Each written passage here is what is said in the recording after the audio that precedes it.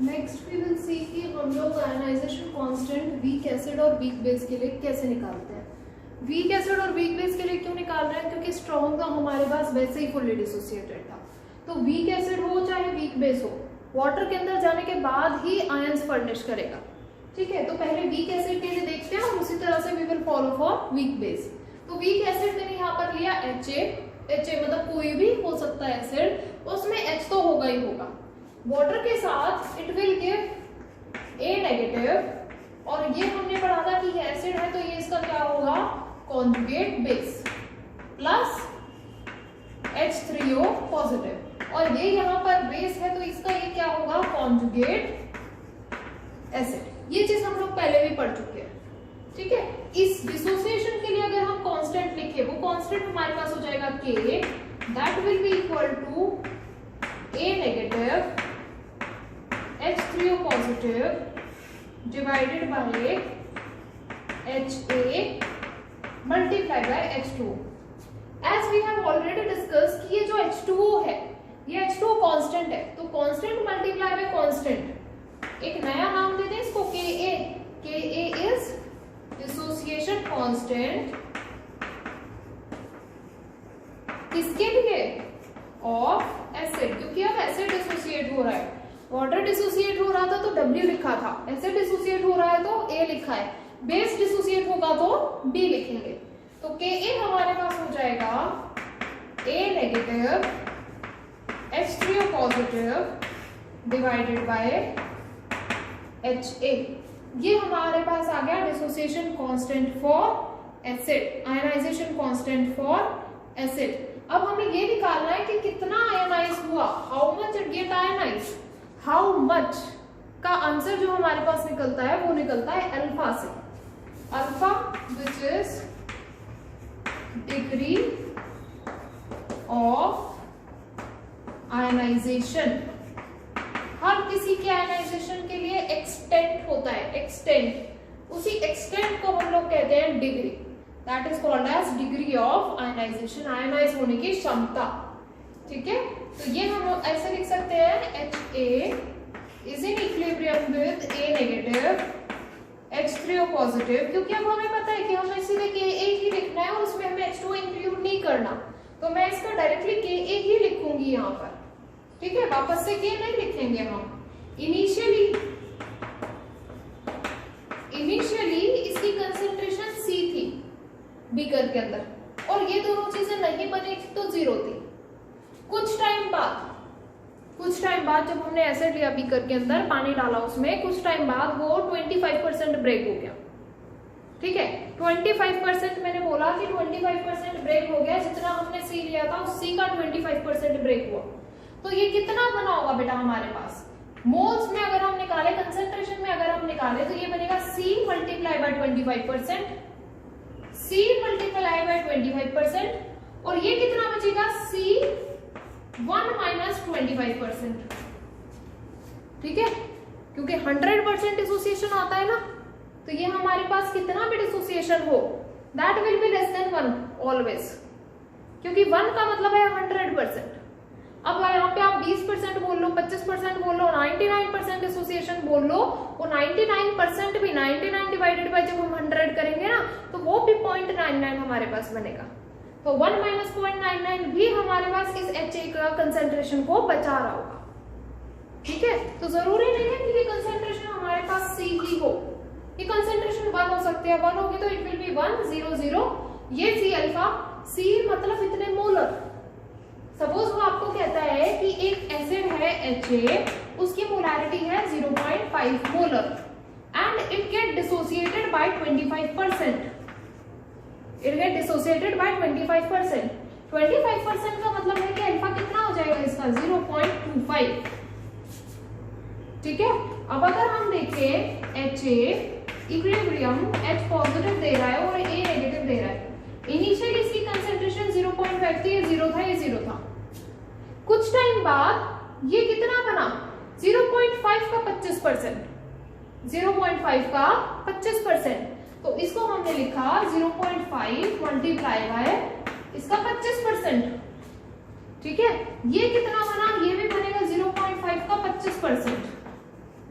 ये कितना बचा, ये बचा 0.5, 1 माइनस 25%, मतलब 0.75% ये बचा होगा ना टोटल, तो वही हमने लिखा 1 माइनस 25%। ठीक है, तो यहाँ पर अल्फा इस तरह से लिखते हैं, अल्फा हमेशा परसेंटेज में गिवन होगा या डेसिमल में गिवन होगा, that will be less than 1, वो हमेशा 1 से क्या होगा, छोटा होगा।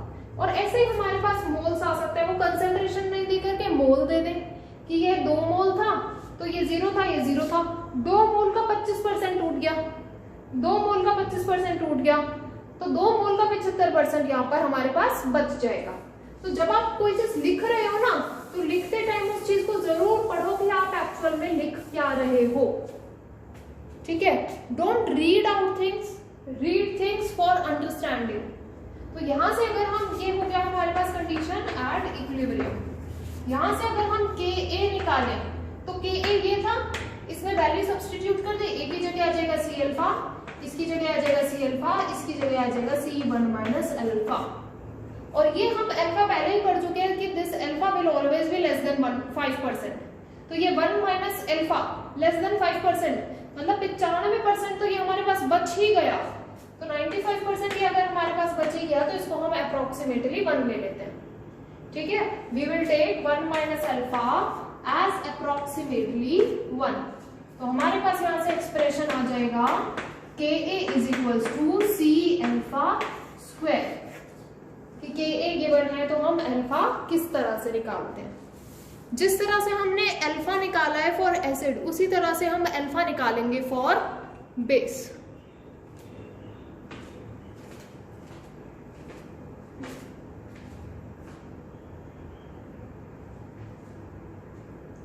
जैसे हमने एसिड के लिए अल्फा निकाला है, वैसे ही हम बेस के लिए अल्फा निकालेंगे। यहाँ पे हमें पता है कोई कॉम्प्लिकेशन नहीं, बी पॉजिटिव OH नेगेटिव, इसका K भी लिख ले, डायरेक्ट K भी लिखते हैं हम। अब हमें सारी चीज आ गई, अब हमें वाटर बार बार लिखने की जरूरत नहीं है, ये हो जाएगा हमारे पास BOH। ठीक है, इसी रिएक्शन को अगर हम देखें, BOH, B positive OH negative, initially C था तो 0 था, 0 था, कुछ टाइम बाद C अल्फा बना, C अल्फा बना, C1 माइनस अल्फा बच गया। ठीक है, ये हो गया dissociation constant, this is dissociation, या बहुत जगह आप लिखा देखोगे आयनाइजेशन कांस्टेंट फॉर, किसके लिए लिख रहे हैं, वीक बेस के लिए। This is dissociation constant for weak base, नाम से देख के ही पता लग जाएगा बेस है, एसिड है, क्या है। यहां से K भी लिखे, C alpha, C alpha, C1 minus alpha, B plus C alpha equilibrium पे, OH minus C alpha equilibrium पे, और BOH C1 minus alpha at equilibrium. अब हमें पता है as alpha is less than 5%, तो 1 minus alpha will approximately equal to 1। तो यहां से K भी अगर हम लिखेंगे तो it will B C alpha square, यहाँ पर C भी है, अल्फा भी है, यहाँ पर C भी है, अल्फा भी है, बट ये एसिड के लिए है और ये बेस के लिए है। एक्सप्रेशन दोनों का सेम आ रहा है, बट एक एसिड के लिए है और एक बेस के लिए है। ठीक है, सपोज हमारे पास दिस वाज CH3COOH, CH3COOH है, पानी में डाला, CH3COO नेगेटिव बना, H3O पॉजिटिव बन गया। अब ये जो CH3COO नेगेटिव था, इसने पानी से H पॉजिटिव लिया और बेस बना लिया। ठीक है, it was potential base CH3COO negative, तो उसने पानी से क्या एब्जॉर्ब कर लिया, H पॉजिटिव एब्जॉर्ब कर लिया, तो उसका भी तो K भी लिखेंगे हम। जरूरी थोड़ी है कि BOH के साथ हमारे पास OH नेगेटिव वहां पे निकलना ही निकलना चाहिए। ये OH नेगेटिव जो निकलता है ये वाटर से भी तो निकल सकता है, तब भी तो उसको बेस माना जाएगा। ठीक है, तो फॉर एग्जाम्पल अगर इसी का एक एग्जाम्पल हम लोग देखें कि एक ही कंपोनेंट एज एसिड भी बिहेव कर रहा है वाटर के अंदर, और एक कंपोनेंट एज पोटेंशियल बेस भी बिहेव कर रहा है वाटर के अंदर, वो केस भी तो हमारे पास हो सकता है। जरूरी थोड़ी है कि ये A और B हमारे पास डिफरेंट ही होने चाहिए। What I am trying to say कि ये एसिड था वाटर के अंदर गया, CH3COO नेगेटिव बना which was conjugate base and H positive बना। ठीक है, इसका एक Ka आ गया हमारे पास, CH3COO negative H positive divided bye CH3COOH, क्योंकि एसिड की रिएक्शन है। अब अगर ये बेस बना है तो इसके साथ भी तो वाटर है, ये वीक एसिड है और हमने कहा था कि ये स्ट्रॉन्ग बेस है। अब अगर ये स्ट्रॉन्ग बेस है तो ये स्ट्रॉन्ग बेस भी तो रिएक्शन शो कर सकता है ना पानी के अंदर, पानी तो अभी भी है। तो ये बेस, अब इसको कॉन्जुगेट बेस नहीं बोलेंगे, अब इसको बेस ही बोलेंगे। और इस टाइम पे water is acting as acid. ये क्या करेगा, वाटर से H पॉजिटिव ले लेगा क्योंकि proton acceptors are also base, CH3COOH दे देगा और साथ में क्या देगा, OH नेगेटिव। OH नेगेटिव तो अभी भी निकल रहा है। ठीक है, तो ब्रोंस्टेड लॉरी का सबसे बड़ा डिफरेंस यही था कि ब्रोंस्टेड लॉरी में वो चीजें जो प्रोटॉन एक्सेप्ट करती है ना वाटर से, इसीलिए ब्रोंस्टेड लॉरी कॉन्सेप्ट हमारे पास सिर्फ और सिर्फ वाटर में लगता है। ठीक है, वाटर से जो चीजें प्रोटॉन एक्सेप्ट करेंगी वो वाटर से OH नेगेटिव निकालेंगी। सो वाटर से जो चीजें हमारे पास H पॉजिटिव एक्सेप्ट करेंगी वो वाटर से ही OH नेगेटिव हमारे पास निकालेंगी। ठीक है, तो अभी यहाँ पर it is potential base. Base का ये क्या बना, कॉन्जुगेट एसिड, वापस से कॉन्जुगेट एसिड बन गया। ये स्ट्रॉन्ग था तो अब ये वीक होगा। इसका Kb लिख सकते हैं हम, इसका Kb आ जाएगा हमारे पास CH3COOH OH negative and CH3COO negative. अब Ka में भी वही टर्म्स हैं, Kb में भी वही टर्म्स हैं, तो दोनों के बीच में रिलेशन निकाल के देखें कि एक ही चीज अगर एसिड और बेस दोनों की तरह काम कर रही है तो उन दोनों के Ka और Kb में क्या रिलेशन होता है। ठीक है, दोनों के Ka और Kb में क्या रिलेशन होता है, तो दोनों के Ka और Kb ये चीज अगर आप देखो कंपेयर करो तो मल्टीप्लाई करके देखें, Ka मल्टीप्लाई बाय Kb क्या निकल के आता है, तो CH3COO नेगेटिव नेगेटिव कैंसिल हो जाएगा। ठीक है, CH3COH कैंसिल हो जाएगा, बचेगा क्या, H positive and OH negative. तो इसका मतलब हमारे पास आया Ka multiply by Kb for any of the acid और for any of the base will be equal to Kw। किसी चीज का Ka और उसके कॉन्जुगेट पार्ट का Kb या किसी चीज का Kb और उसके कॉन्जुगेट पार्ट का Ka। ठीक है, क्योंकि ये उसी के कॉन्जुगेट पार्ट का Ka लिखा है हमने। ऐसा नहीं कर सकते आप कि यहाँ पे HCl ले लिया और यहाँ पे हमने NH3 ले लिया। हम एक ही चीज की बात कर रहे हैं, उसका Ka भी होगा और उसका Kb भी होगा और उसके Ka Kb में क्या रिलेशन होगा कि उसका एसिडिक कैरेक्टर एंड उसका बेसिक कैरेक्टर दोनों एक दूसरे को न्यूट्रलाइज कर रहे होंगे और Kw में कन्वर्ट कर रहे होंगे। ठीक है, और यहाँ पर सिर्फ फर्क कितना आएगा कि ये एसिड की तरह बिहेव कर रहा है, फर्क सिर्फ इतना आएगा कि Ka की वैल्यू ज्यादा होगी comparative to Kb, but that will be equal to 10 to the power 14 only, क्योंकि एसिड की तरह बिहेव कर रहा है। अगर कोई पोटेंशियल बेस होता हमारे पास, वहां पर Kb की वैल्यू ज्यादा होती comparative to Ka and it will behave like a potential base. ठीक है, तो इतनी चीज समझ है। अब Ka Kb और Kw में तो हमने रिलेशन निकाल लिया, इसका pH pKa और pKb में भी रिलेशन निकाल के देखें। लॉग ले लें यहाँ पर, taking negative log both side, दोनों साइड नेगेटिव लॉग ले लेते हैं, तो it is minus log Ka plus पहले भी समझाया था मल्टीप्लाई में है minus log Kb is equals to minus log Kw। तो हो जाएगा pKa plus pKb is equal to pKw and we can write it as pKa plus pKb is equal to 10 to the power minus 14।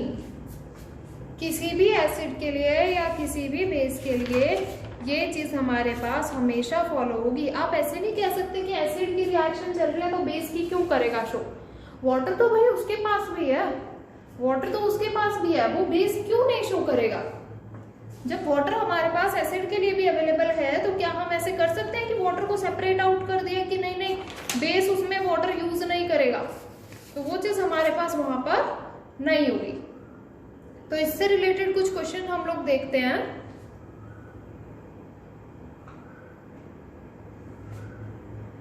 सो इससे related एक question हमारे पास है, we will see that question है dissociation constant for a base Kb for a base BOH is 4 into 10 to the power minus 6 find Ka for its conjugate acid। उसके conjugate acid का Ka निकालो। तो अब हमें बार बार रिएक्शन लिखने की जरूरत नहीं है क्योंकि हमने एक बार फॉर्मूला पढ़ लिया। Ka multiply by Kb is equal to कितना होता है 10 टू द पावर माइनस 14 होता है। ठीक है, ये यहाँ पर P की वैल्यू लिख रहे हैं तो इट विल बी 14। ठीक है, तो ये 10 टू द पावर माइनस 14 होता है। के B की वैल्यू दी हुई है उसमें और Ka की पूछी है तो it will be 10 to the power minus 14 divided by Kb। B की वैल्यू यहाँ पे पुट कर दोगे तो Ka की वैल्यू आपके पास ऑटोमेटिकली निकल आएगी। तो इससे रिलेटेड जितने क्वेश्चंस आपके एनसीईआरटी में गिवन है वो क्वेश्चंस आप लोग टॉपिक के साथ साथ ही करते चले जाएं क्योंकि एनसीईआरटी के क्वेश्चंस काफी इंपॉर्टेंट हमारे पास आते हैं। नेक्स्ट टॉपिक हम करेंगे फैक्टर्स अफेक्टिंग एसिडिक स्ट्रेंथ, कि कौन कौन से फैक्टर्स एसिडिक स्ट्रेंथ को हमारे पास अफेक्ट करते हैं।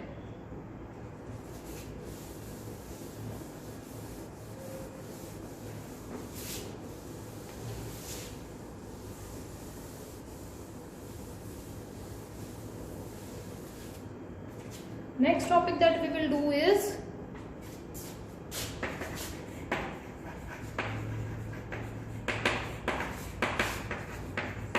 factor affecting acidic strength। Acidic strength को अफेक्ट करने वाले फैक्टर। बेटा एसिड क्या होता है? Ha। जितनी जल्दी ये टूटेगा उतनी जल्दी हमारे पास ये एसिडिक बिहेवियर शो करेगा। मीन्स कि ये Ha की जो बॉन्ड स्ट्रेंथ है मस्ट बी वीक। वो कैसा होना चाहिए? वीक होना चाहिए।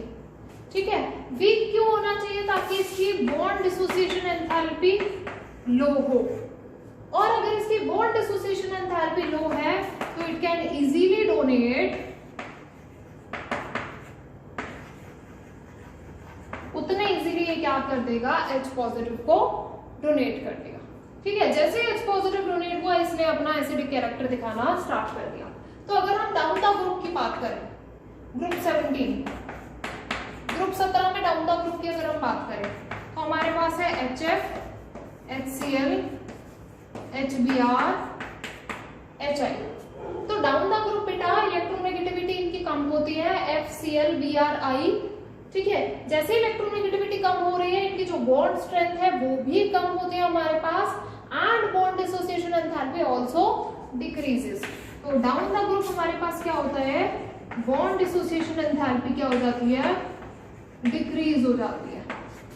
ठीक है, जितनी कम बॉन्ड डिसोसिएशन एंथैल्पी उतनी जल्दी ये H पॉजिटिव डोनेट कर देगा। तो ये हमारे पास मोस्ट एसिडिक और ये हमारे पास लीस्ट एसिडिक। जो जल्दी प्रोटॉन लूज कर रहा है वो ज्यादा एसिडिक। यही चीज ग्रुप 16 में लगती है।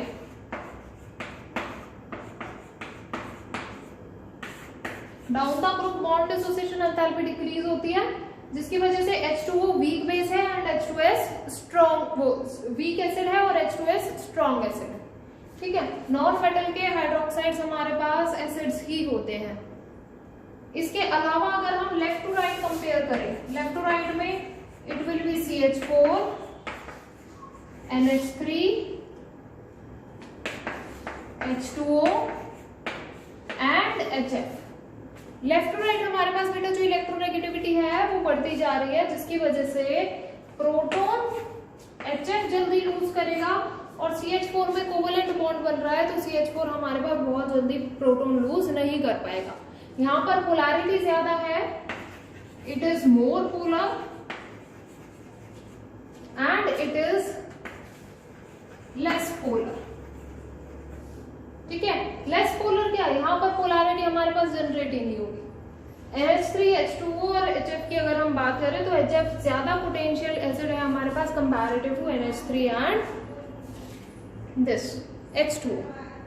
तो ये हमारे पास आते हैं फैक्टर्स अफेक्टिंग एसिडिक स्ट्रेंथ। इसके बाद हमारे पास 3 टॉपिक बचे हैं, common ion effect, buffer solution and last solubility product. तो वो हम लोग नेक्स्ट क्लास में करेंगे।